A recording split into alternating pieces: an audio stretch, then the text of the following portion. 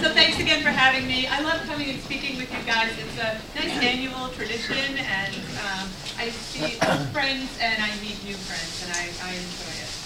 So today I was asked to talk about memory strategies that keep on working. Can you all hear me okay? Oh, yeah. All right.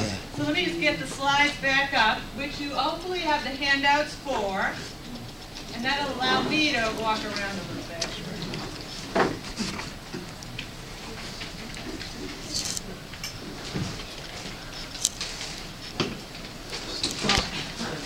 Okay. So I've been working in the area of memory for a pretty long time. I'm not going to tell you how long, because then you're going to think I'm 1,000 years old, and I'm not. All right? I remember how old I am. Believe me. How old are you? I'm not saying. Now, I love the area of memory. I work with people in therapy on memory. I've done a lot of research in memory. I'm still doing a lot of research on memory, and I love to talk about memory. How many people think memory is important? Oh, yeah. Very important. Everybody, I hope, Very thinks important. memory is important. And there are lots of different ways that people think about memory, all right? One of the ways that I think is most helpful to think about memory is in terms of these three words: encoding, storage, and retrieval, all right? And I'm going to talk about them for most of my time with you. Encoding, storage, and retrieval. And I like to talk about encoding, storage, and retrieval, and use the idea of a file cabinet at the same time, okay? Now, with all kinds of electronic devices, a lot of people don't have real file cabinets anymore, but I want you to think back to the days when you did, all right?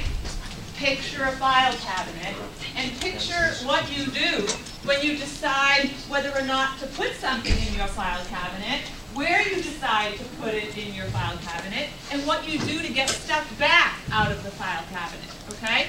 Because that's what memory is really all about. It's a file cabinet.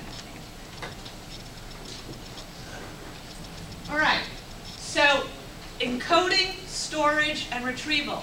That's the order in which memory works, okay? First you have to encode, then you store, and then you retrieve, all right? So let's talk about what the first step actually means. What is encoding, all right?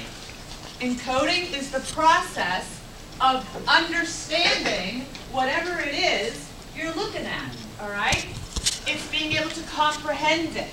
It's being able to identify it. It's being able to analyze it. If you can't analyze something, or you don't understand it, you're not going to know whether it's important to put in the file cabinet or not, right?